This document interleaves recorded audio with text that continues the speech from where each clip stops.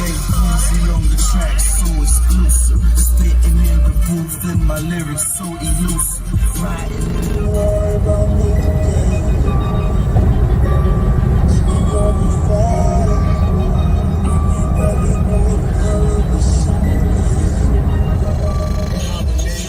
In your life play a part, very fatal. Who the cable bitch think of us is Cain and Abel. Take a ride on the table. It's in your What's poppin'? Y'all already know what it is. What it do? This your boy Thug Money. So we're doing a little documentary about the making of Thug Money. How did Thug Money exist? And how did Thug Money come about? And where he's at right now. You did. It all started from a place called Pistol City. Now, if y'all not from this area and y'all watching, Pistol City is Portsmouth, Virginia. The capital of goddamn Pistol City. Exactly what it means when people come out in broad daylight with goddamn leather coats on, with a goddamn shotgun and just doing it up. Like, that's how Pistol City is. Where I really got my start from when I used to write back and forth with my mom and what was it, poetry? Yeah, she had us doing poetry, where she had me doing poetry, and then when we came in the house, if we spoke Ebonics while we was in the house, we had to put $1.25 in this change jar. So she always said she wanted my vocabulary to be explicit and other things among that. And she also taught me how to be nice nasty with the vocabulary I have.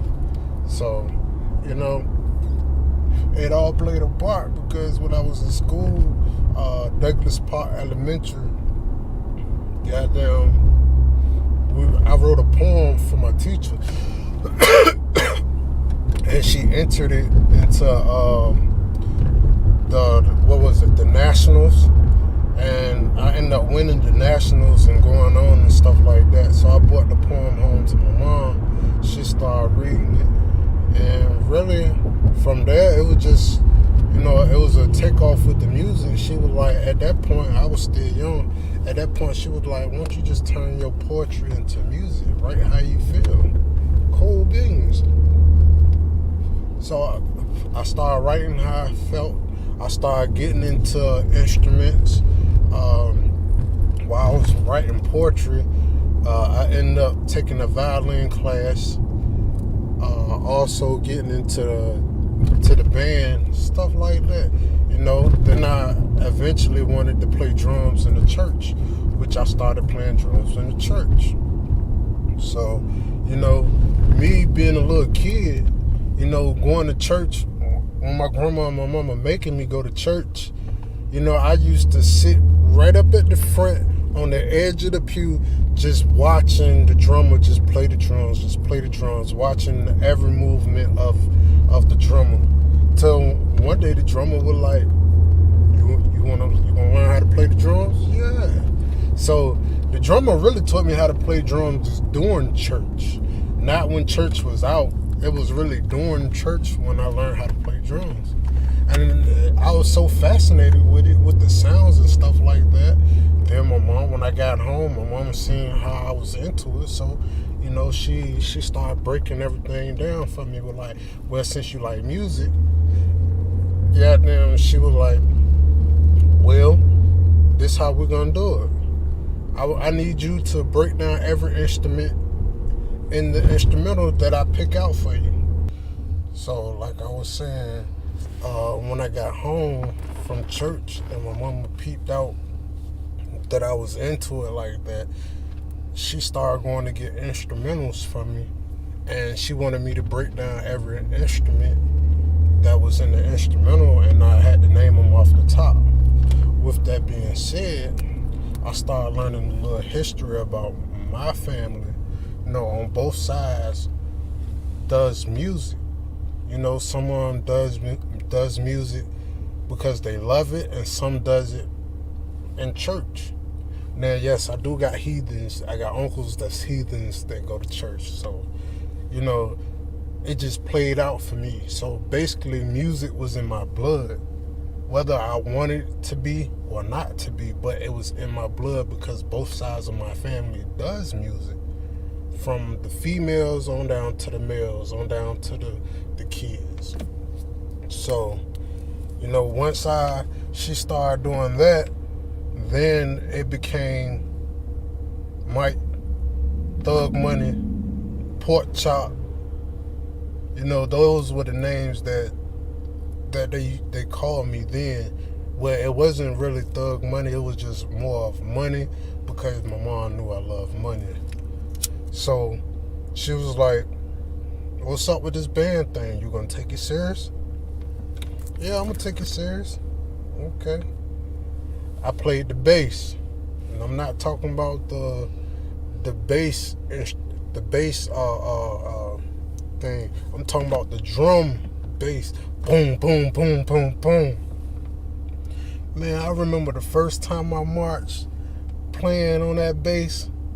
It was downtown Norfolk. Boy, do you know I was so tired and the straps hurting? So my grandma ended up making some soft stuff for the straps for me for my bass drum, right?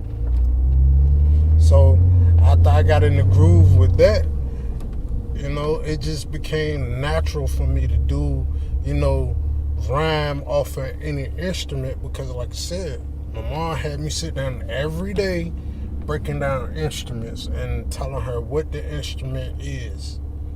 Then on top of that, if I wrote a poem or a song, she would make me break it down to her, make her understand what it meant to me. Why did I write it? So when y'all hear my music, there's always something behind it because that's how I was taught. It has to have meaning. A lot of y'all artists out there be capping, like a lot. So, you know, my music has to have meaning behind it. Whether somebody went through something, I went through something, I seen something, it just has to have meaning. Because that's how my mother got me when I was young. So, you know, but back to the band, the drum bass. Man, I didn't know you had to walk like that. Man, you know how heavy that bass drum is. But I still did it though. And like I said, from there, I met a dude that did music. At this time, we was recording on cassette tapes. He had a little studio at his house out in Norfolk and shit. So we started recording. At that time, I was calling myself Life. Before Life Jennings came out, I was calling myself Life. Then I had a little group then called Low Life. Went to Military Circle Mall, got the hat and everything. It says Low Life in the front, Life in the back with the VA signs on it. You feel me? Like I thought I was doing something, but then, like I said, my rhymes weren't where is that now. So I still had to, you know, learn how to say certain things and take out certain things in my verses. I was getting there. So with that, people was coming up to me, "Oh yeah, I like your music. But to me, it was just some stuff I did and go back on and be like, "Oh, I did that." But not knowing people was really listening to it. And I'm talking about we recording on cassette tapes. It was like, all right, you push the button, record, stop. Man, look, all I can say, today's time in studio is way much easier than when I first started recording. Did so, and back then I was talking about what, knives and shoes and some more stuff. Like, I really wasn't talking about the grind and the hustle on the street. No, I was just doing some pity pat stuff, trying to get it right. But people were still listening. So I ended up through a mutual friend named Domingo. I met this dude named Stacy. He worked at Channel 33 downtown Norfolk on Granby Street. Okay? So when I got up with him, it was like he listened to me. He started making my CD covers and stuff like that. At this time now, we switched to CDs. So he started making my CD covers. He started doing pictures. Like, he was doing everything for me for free because he believed in me. But what I messed up with him at was I was just playing around with it. You feel me? Like, I wasn't taking it serious, and he felt like I had the talent to go, but I was playing around with it. So from then on, I think I was working with him for like a good year, on my music with him, but we was friends before then, through my mutual friend. But we really started working on my music at one point because he felt like I was going to make it. So he started doing stuff for free. But when you're not serious with something and a person really know, they'll let you know, hey, you ain't serious, I'm not going to fit in to help you. Because, man, how many times he told me I shouldn't be where I'm at right now, I should have been signed, and some other stuff. And this was, man, when I was, 20, I was like 21, 22 when he told me that. You feel me? So, to me, I had to learn to, take home of my craft, because, like I said, both sides of my family does music, so music was in my blood. Was music my first option before all of this? Before I met Stacy? Not really. Like, music, to me, at that time, I was just drawn into it. I didn't care about any other artists. I just wanted, to play around with it, see how I sound, what can I do with it? So, at that time, Stacy was like, okay. I'm talking about he rocking with the music. So, I said, okay. So, at this time, around I was like 21, 22, I went back home to my first wife, and I told her how Stacy liked it and everything. She was like,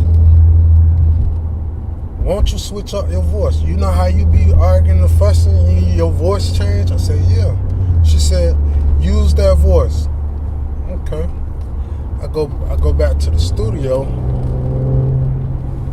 and I switch up my voice, and lo and behold, man, I came up with a banger. That shit was hard. So after the banger came out, I ended up having to work at what was it? I think it was Ruby Tuesdays on Tidewater Drive, because the Military Highway. No, it was Military Highway first, then Ruby Tuesdays on Tidewater Drive. That's why I had to start working at to further support my music. You feel me? Like, I was out there grinding and shit. Don't get it twisted. But I also got a job to support my extracurricular activities as far as my music. So back by me working at Ruby Tuesdays, I started telling people, hey, I do music. You know, I'm promoting myself. I do music to the managers, to everybody. So one day they put me with this dude named Styles. That's what he was going by back then, Styles, right? So, okay. So he let me listen to him while we was working. He was doing the pantry, and I was washing dishes. So we end up linking at my house the next day. Now, I know my drink used to be Erkenjerk and Christian Brothers. That's what we get. I get the dark and he get the light. Man, when I say we end up really doing music, and this is how I really got back into music. For real. Just by the messing with the dude Styles. So we was like, shit, we sound good together. When we come up with a group, that we came up with VAOGs, Virginia's Official Gorillas. You feel me? So when Virginia Official Gorillas came out, at first it was just me and Styles. Then he ended up switching his name to Jay Breezy. I ended up switching mine just to Thug Money, and I've been rocking with Thug Money ever since. Then once we came out with our promotional CD, my shit going on. Our promotional CD, VAOGs.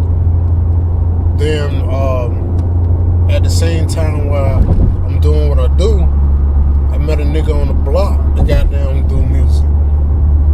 His name was Black. He was like, man, bro, come on, bro, you know, I do music. So I was like, all right, let's see what you got.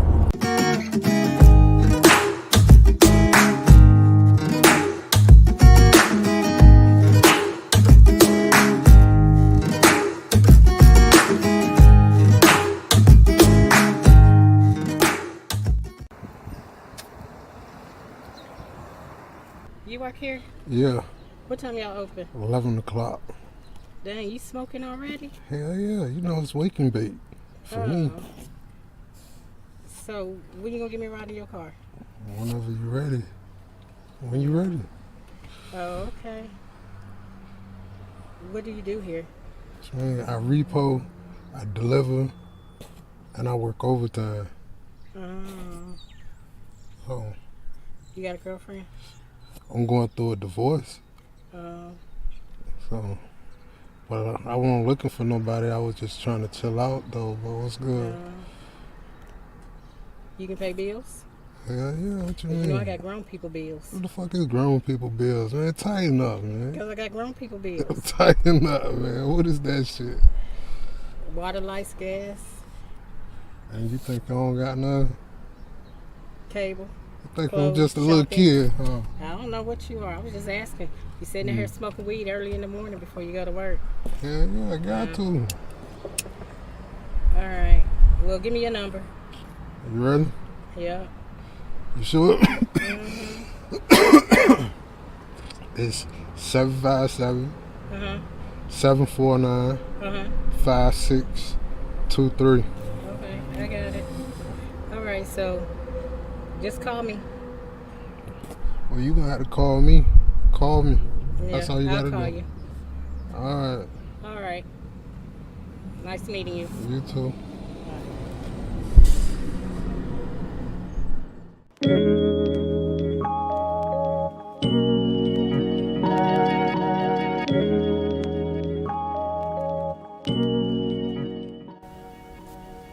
You know, for real, when you first pulled up on me, I was kind of nervous because you caught me already smoking a blunt and stuff. Yeah, at work, first thing in the morning, you weren't supposed to be smoking. I gotta get it in. It's my waking bait. You feel me? Like, that's how I was getting my work done. You know, Sarah was like, I don't care what you do as long as you do your work. So, Okay. you know, I was just getting it in. But, you know, after you hollered at me, how long was it before I called you back? 'Cause my phone had broke. It was the next day. It was Remember, because I had called your phone? I was like, this nigga playing with me. Remember? Okay. And then you called back. And then that's when we had, went, you asked me, did I want to go eat? And I was like, yeah. So we just went down the street from my house to Applebee's. Remember? Yeah. And that's when you asked the waitress, you said, how much is it going to be? And you said, no, you said, let me pay for it first. I'm looking at you like, why is he trying to pay for my meal first? Is he afraid I'm going to order something more? I thought you were stingy at that point. No, that's how I normally carry my dates. You do. I pay for it first, get it over with, and then we crush it, then we leave. I mean, I was used to doing that, but you said I was a stingy nigga. Yeah, that's what I thought. That's what I thought. Because I was like, dang, I just ordered what did I order? Alfredo. And that's all I ordered. Yeah, it was an Alfredo. And a drink. Anyway, we did the 2 for $20 anyway. Yeah. So after that, and then we went riding, and then you played your music, and I was like, I'm not a rap fan, I don't like rap, but when I heard you play, I was like, oh, you're really good, why don't you do your music? And you said music stopped being fun for you. Yeah, it did, but you know, you really cussed me out from A to Z. You just saying nice in a nice way, but you was nasty to me, because you was like, why the fuck you ain't doing your music? And I did say I want fun from you because I was going through a lot of stuff, and I'm a type of person, like, I don't want to, you know, really write what I was actually going through at the time, you know. So I just stopped doing my music. But I liked it, and I'm not a rap fan. I am not a rap fan, but you were really good. And that was the old stuff. Wow. So, you know, and we just start taking it to another level. That's when you start getting in contact with other people and producers and stuff. Yeah, that was when I was playing. When you really asked me at that point, Mike, what you want to do? And I told you what I wanted to do. First, it was the lawn care. You know, I was working with the lawn care. And then I was like, I don't want to work for 3 days. And you were like, why? And I told you why. And then next thing I know, boom, here go a truck and some lawn equipment. We started the lawn care business. Mm-hmm. Because I seen potential. Mm-hmm. Then we ended up going to Oklahoma. Right. And that's when Uncle Lewis. Yeah. He gave you your cowboy hat. So it stuck with him ever since, the cowboy hat thing. So that just became a part of you. Yeah, so when I came home, you know, I ended up having to shave my face and stuff. Put the cowboy hat on. Next thing you know, I was walking in white people's houses, shaking their hand. They saying, "Howdy, cowboy." I'm walking to the store, and they opening the doors for me. Like, okay, I can get used to this. Yeah, because I told you, I said, them braids aren't you. I said, get rid of them tired ass braids. So I said, I don't walk around with people with braids. Yeah. So then after the lawn service, I ended up start playing semi-pro football. Yeah, you did. And then after that, I started getting calls and texts about coming to, the trials, the combines and stuff. So, you know, we started traveling, doing the combines and stuff like that. Where I go? I went to, where did Miami, Atlanta, Texas. Yeah, okay. But Atlanta, the one that gave me the contract, and I ended up losing it due to, you know, your HS. Yeah, my HS. So, you know, after that, I sat home. She was like, well, you need to get back into doing your music. So, I did. You know, once I started getting back into my music, Empire 45 hit me up. You remember that? Yep, and I became your sponsor. Yep, Jazzy Cakes became my sponsor, so they wanted me to come. The first show was for Empire 45 was where? Greensboro? North Carolina. Yeah, North Carolina, where Mr. Cheats was the DJ. My very first time performing for Empire 45 it was dope. I'm not even gonna lie, that shit was dope, performing for Mr. Cheats. You know, and he was the DJ right there. So, you know, I was in my red, you know, I was doing the damn thing. So, and that was when 4200 Bands were hosting the show at that time. So what else? After that show, Empire 45, you know, they started asking me to come to the shows. But okay, now I got a sponsor, Jazzy Cakes, which is ta-da. Yeah, yes. So as I'm hitting these shows, they finally say, "Look, we want to sign you." But so what you say when I told you that? I was like, go ahead, because I thought they were legit. So, you know, we did a little signing thing. We ended up going to the Four Seasons Hotel out in North Carolina. The hotel was dope, you know. I really got hotel free, for real. What else? The best room. And if it wasn't to my liking, you know, I could change the room at any time. It was dope, and they had the best mattress. They did. We still looking for that mattress To this day. to this day. When I say Right. the best mattress, man. When I say go try Four Seasons Hotel in North Carolina, Yep. man, go check out their mattress. You feel me? So I started doing more shows with Empire 45, but certain things that occurred, you know, and Jazzy Cakes, Jeanette, she was like, I don't like this. She was already looking into stuff, but I was already on game with what they was doing. You know, I wanted to take it a little further before she stepped in and said something, but, you know, she was in my ear. Because I'm not going to keep spending my money and we're not making money at that Facts. time. Facts. Yep. So, you know, it was Wally came. yeah, Wale came. I checked him out. He sold over 2 billion records and everything, and he wanted to also go in with me on my farming, which I got a weed farm in Maine with my uncle Preston. So, you know, Right. we was trying to do all that, but Empire 45 stopped all that. And, you know, it was a no-go. But when Wale came up, man, he came up in the Bentley, fresh Bentley. At this time, we done had 2 BMWs. But he was like, man, that ain't shit. Look at this. So Yeah. that Bentley was fresh. You feel me? And I always wanted a Bentley. You know, I was working my way up.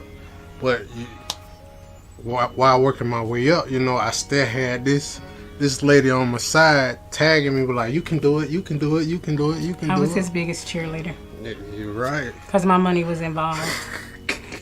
Hey. So it's always money involved when it comes to me. Either you're gonna be with me or you're not, because I'm gonna still do the music regardless. You know.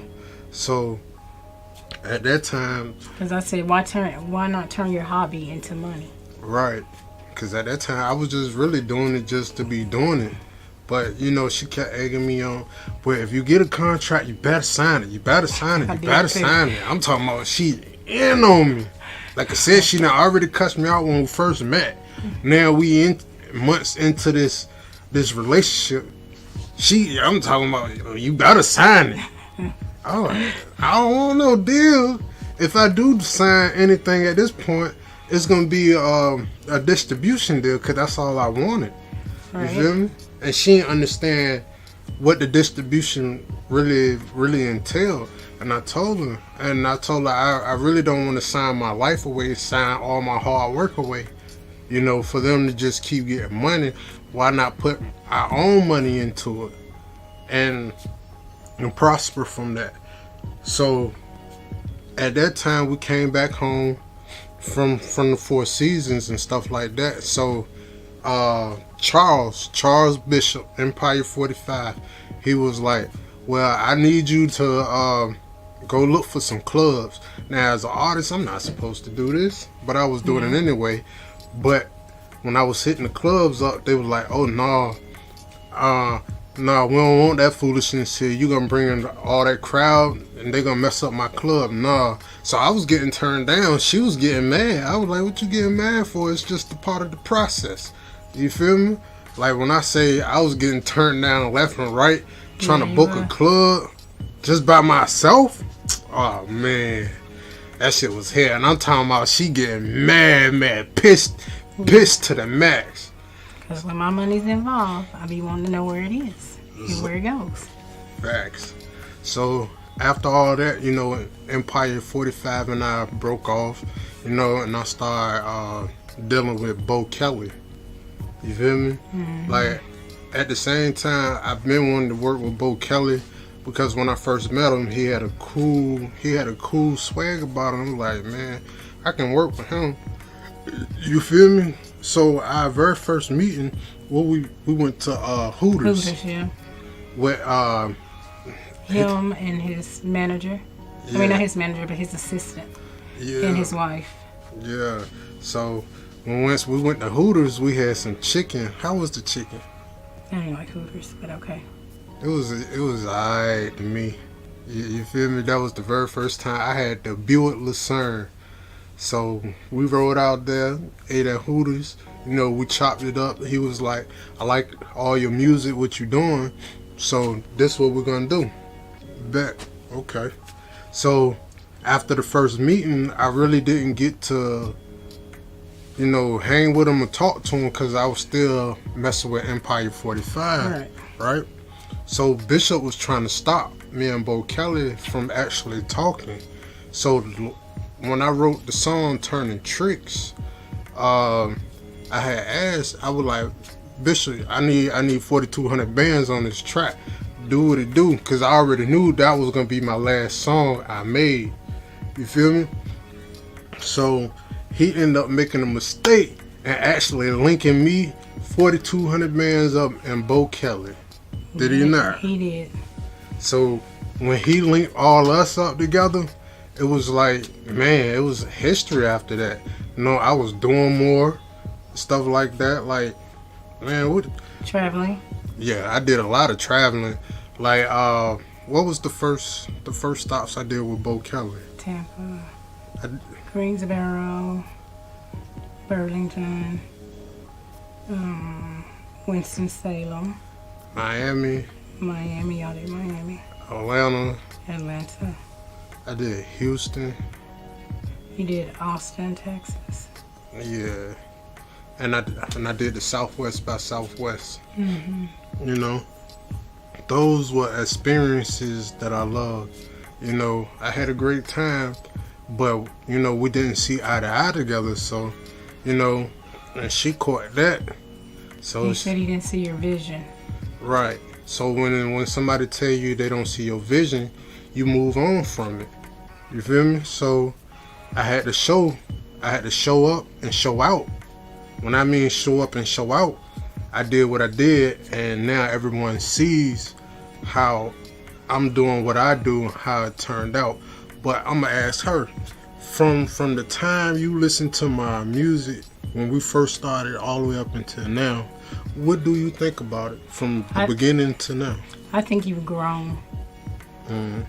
You don't cuss as much in your music like you used to, which is a plus. Because kids and everybody listens to it. But no, you really shown growth and maturity. Okay. I can give you that. Okay. My lyrics got better Yeah. over time. Like she said, I don't really cuss as much as I used to in my songs. So Yeah. He does his best music on the toilet. He sits on the toilet with yeah, his beats. I sure do. Hey, look, when I want to get away from everybody, sometimes I don't have to use the bathroom. Sometimes I just go in there when I Sit on the toilet. Yep, spark my blunt, put on my headphones, and I go in. You Yeah, feel me? you do. You do. Like she said, that's the best time I make my best music is in the bathroom. Yep. You feel me? Like, as an artist, you gotta have your space, and it has to be quiet. You feel me? Like, I'm not always in the studio, you know, trying to write something, because you gotta think about the studio costs. True. You feel me? And I tell all the artists this, and they look at me like I'm crazy. Like, I'm going to the studio and work. Shit, why don't you tell the producers to send your beat? You write it at home, practice it, you get in the studio. Right. boom, you in there. How many songs you do? You knock them out. You knock them out. Take less time, and you perfect your skill. I just felt like Bo took you there, but he couldn't take you to the level that you really needed to be at. That was my feelings. I just felt like that you kept doing meet and greets. Everybody already know who you are. Facts. So I just felt like that was like a waste of time and money Facts. to keep doing them over and over. Like 2 years of meet and greets. That's too much. Without getting paid. Interviews. I did an interview in Yeah, you did Tampa interviews. with DJ Slim with three M's. That was out in Lookers. You know, that was a fantastic time for me. Yeah. You know, we got the Airbnb. I had the whole crew come with me. I had my sponsor Jeanette and my wife Jeanette there. So she was playing 2 roles. Who else we had? Robin, your assistant, Robin Litz White. And then you had Dominique, your cheerleader girl.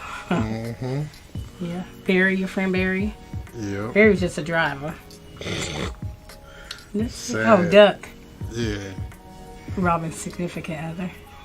I don't know about all that, but so. Whatever, don't hate on Duck. Don't But hate Duck. he was a cool dude though. Yeah. For me though, but other than that, you know, that day in Tampa, man, I really loved it because we, you know, before I end up performing that night, we end up riding around in Tampa, going to the beach. What else we do? Cook, ate. Yeah, cooking, Yeah, ate. that's basically about it.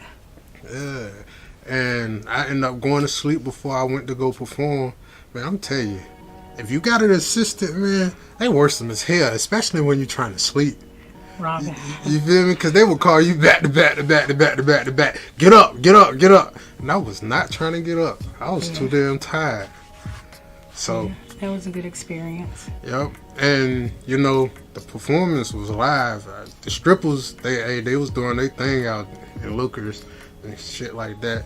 The very next day, you cooked a big meal for everybody, including for DJ Slim.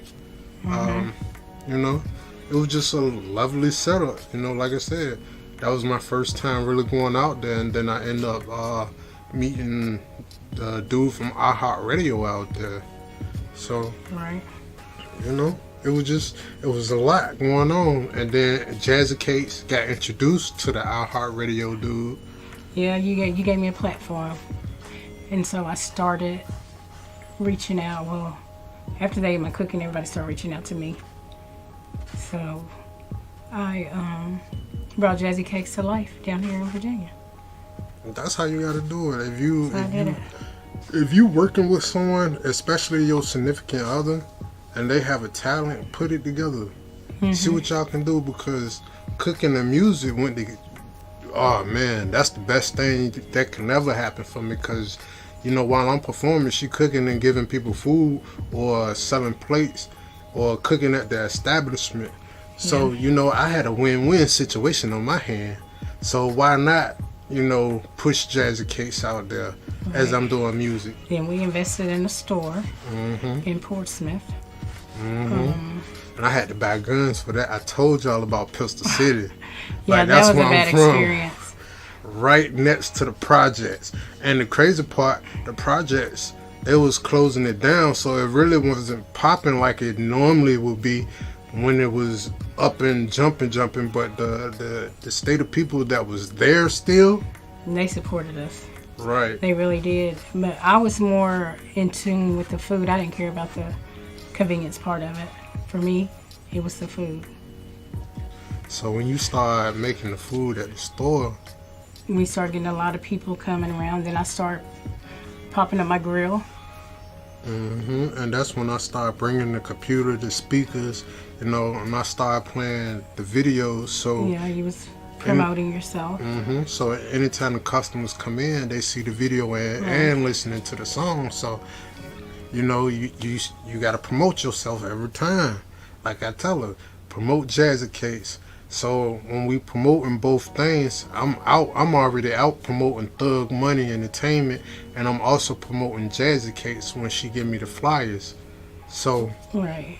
And now we just invested in a food concession truck and another store in Suffolk. 1500 East Washington Street. Correct. That's going to be opening soon. I'm going to incorporate an outdoor bistro. And then we're thinking about doing like little listening sessions of jazz on Saturdays. People can sit down and eat and listen to jazz on Saturdays. I'm thinking about doing Margarita Mondays. I got a lot of things that I want to incorporate with Jazzy Cakes along with the convenience store. But hopefully around July is when we're going to open it. Hopefully, if God's will. If He says so, it's going to be open. Yeah, it's going to be in open. July. It's going to be open because she's making me do all the work. So, you know, after everything with Empire 45 and Bo Kelly, I stepped out on my own again. Once again, I stepped out on my own. You know, I ended up hiring this dude named Philip, white marketer named Philip. Yes. You know, to spread the word about Thug Money Entertainment. And with that being said, he was doing his job. He was calling around. Certain people said no. Certain people said yeah. The one person that actually said yeah was 2B1 Films. You know, that's the crazy part. Hey, that was a good one. Yeah, he was like, how you get my number? I said, Philip called. I mean, he was like, oh, okay. You know, and that's my manager Byron now. You know, he was on He was him. playing tough because I told Mike, I said, Mike, I don't think he likes us very well. Mike was like, no, you got to give him a chance. This is just how they act in the industry. I was like, well, they mean people in the industry. But no, him and his wife turned out to be two of the greatest people I ever met. You ain't lying. 'Cause For real. Boy, when I say he put me on some stuff, you know, he put me on a lot of stuff. You didn't know. Yeah, even when I'm you know, going downhill doing surgeries, he's still, you know, helping me get money and stuff like that. Pushing you. And pushing me ain't the word. Man, he's fantastic when it comes to all this stuff. And when I say, like, he called me, what you doing? I ain't doing nothing. Come over here to the studio. All right, you got it. Sometimes I can't make it, you know, due to what I got going on.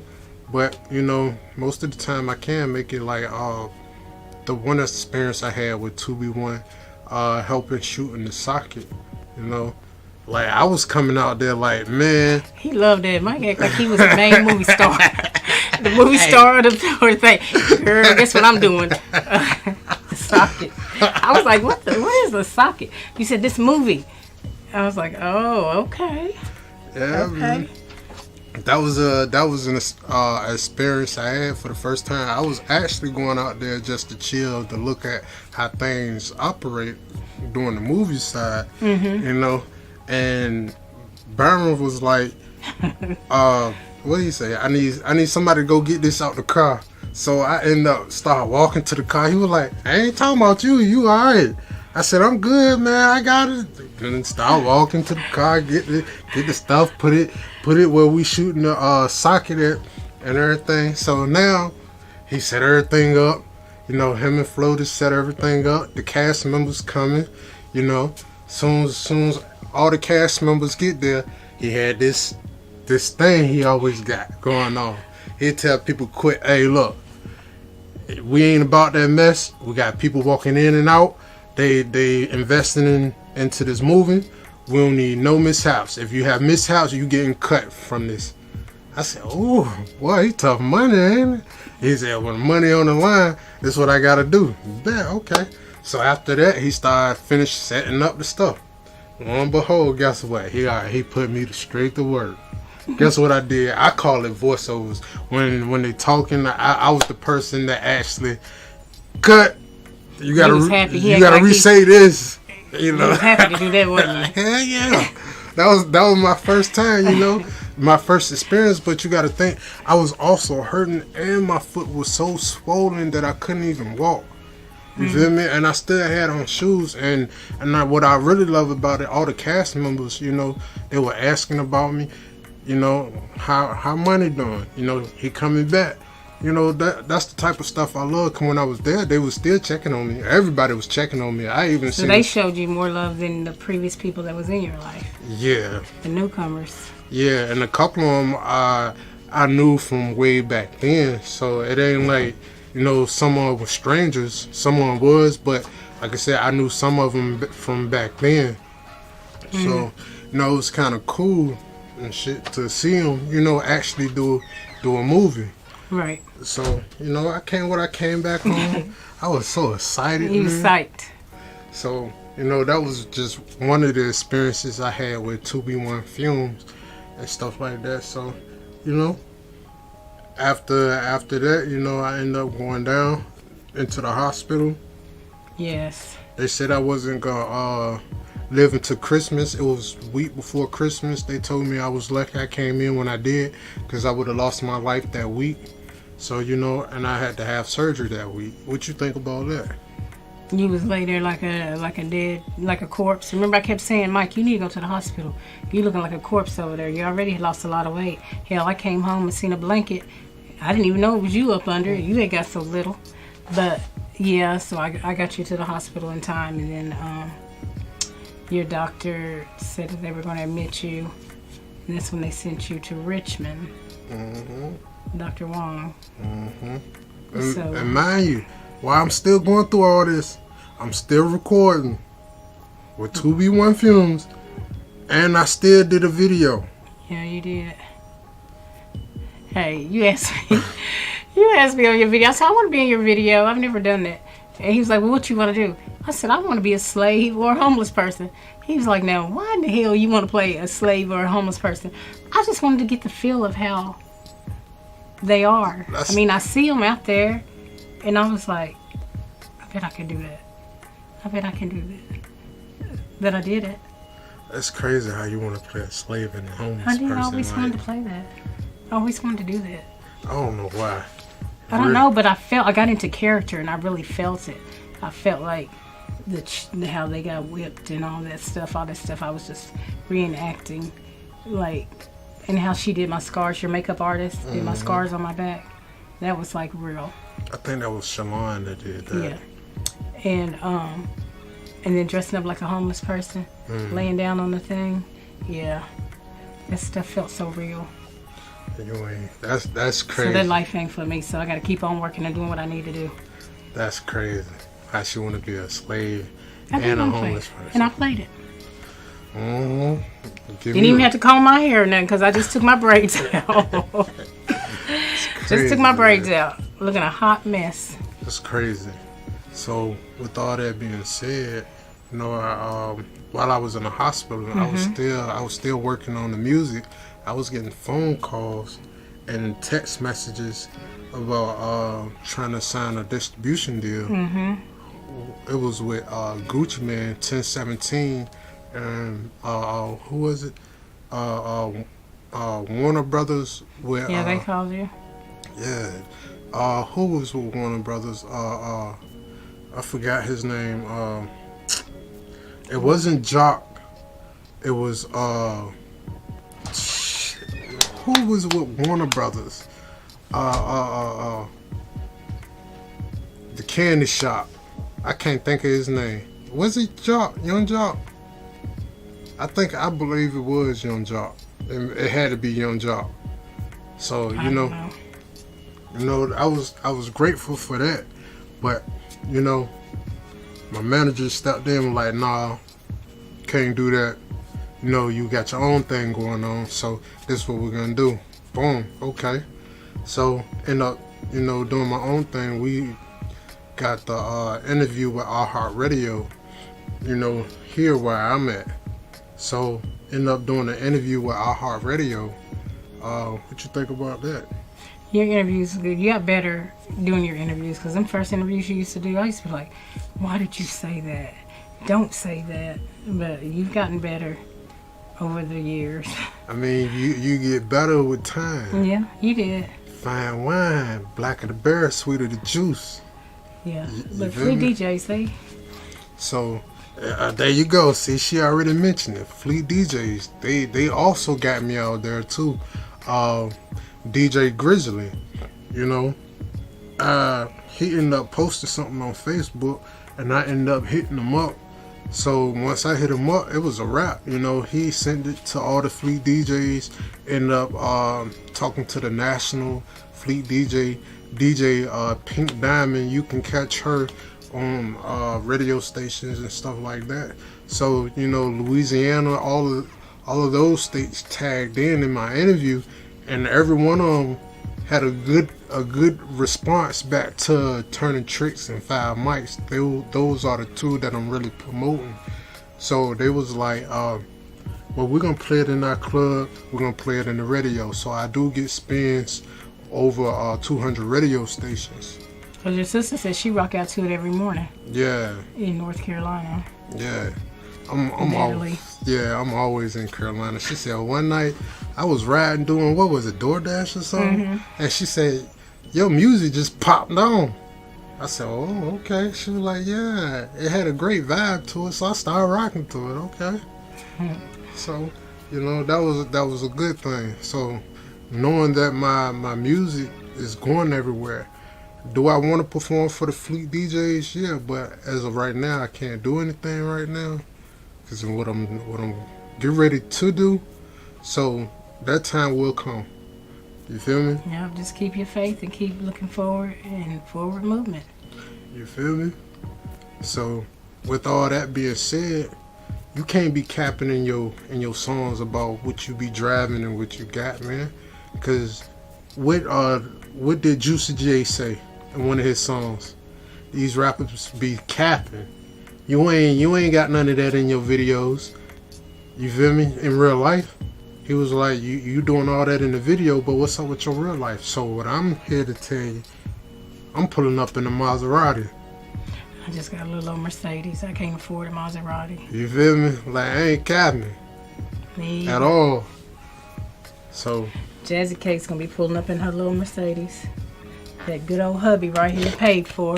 Thank you very much. Tighten up. I don't have a car payment. Tighten up. So, no, it's all due in due time when you do your due diligence, especially when it comes to, you know, treating people right, doing what you're supposed to do. Exactly. You know, everything will fall in place because like 2B1 Films, my manager Byron, I can say a lot, man. Like, I be like, man, look, I'm gonna give you this money, and he be like, man, look, this is what we about to do. And I be looking at him like, if you don't take this, you're like, man, look, we about to do this. Okay, I got it.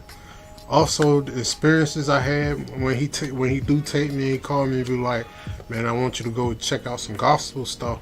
You know, he got a couple of gospel artists which get paid. So I checked them out. So I ended up going to one of they what was it? I think I can't think of what it's called right now. It slipped my mind that fast. Maybe a little concert. It was like a little concert, but everybody was coming in. You know, they was trying to figure out who gonna do what and who gonna be the lead and stuff like that. Oh, like a tryout. Yeah. So, you know, he had two females coming. Shalon, she can sing her ass off. You feel me? Like, you definitely gotta check her out. You feel me? So, you know, she made it. So she was the lead. You know, she got pictures posted and stuff like that. So that was another experience I had because, you know, besides me playing drums in the church, I actually went to go listen to gospel and listen to the words. You feel me? So, and it, you know, her songs touched my soul. So I came back home and told wifey. You feel me? Listen to this song. Because I listen to gospel all the time. All the time. So, you know, that's another experience with 2B1 Films. So basically you, through all your experiences throughout, your best experiences came with this last one. Right. You've learned and grown. You've grown a lot. with this last. Right. I sure did, didn't I? And your attitude is better. Oh.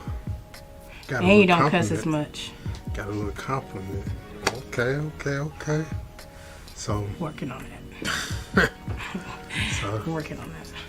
but all in all, man, ladies and gentlemen, you know, where I'm at with the music now, it determines on me, and it determines on 2B1 Films. And from what I see, we ain't doing nothing but going up. That's right. That's it. So, and I'm grateful for everything, Byron do, 2B1 Films do, because I end up doing a song with Big C's. That's what he call himself, C's, but he Big C's to me. So, it's what it is. And we about to do another song, Thug Money and Floaters get ready to do a song. So, I'm grateful for, being in this little circle. So, A positive circle. Correct. So, with that being said, that's where I'm at with the music now. I'm already out there passing out flyers and stuff like that. So, I'm grateful, especially having somebody by my side that's willing to push me, even when I don't want to be pushing, I don't want to do any music, because now I have actually I have two people now, between Byron and my wife. I don't know who's worse. You feel me? Because Byron always on me about, come on, record, come on, do this. My wife, she does the same thing. When you getting back in the studio? So, it's just what it is with me. So, and I'm loving it.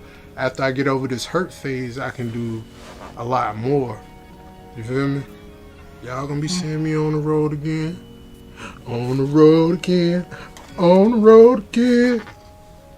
But this time I'm gonna have more cowboy stuff going on other than the hat. You feel me? I might have on the chaps and stuff. Let me stop playing. I don't think I'm gonna take it that far. I might do the boots and stuff at one point. But I don't know yet about the chaps. I don't know yet. I'm gonna play around with that. So, but other than that, man, look, make sure you go check out Jazzy Cakes on IG. What is it? Oh, Jeanette Parrish 8. Jeanette Parrish 8 on IG.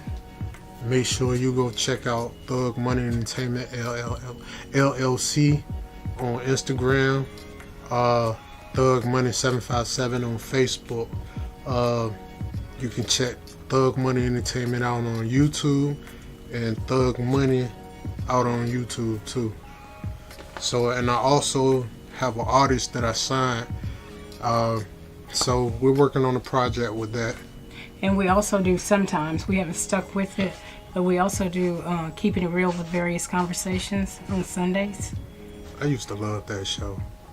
I was the lazy one. Yes, she was. I was always talking. Had it started off. But we got to get back into We're going it. to get back into it. So other than that, man, it's your boy Thug Money. And it's Jeanette with Jazzy Cakes. We out. Holla back. Y'all already know what it is, what it do. It's your boy Thug Money.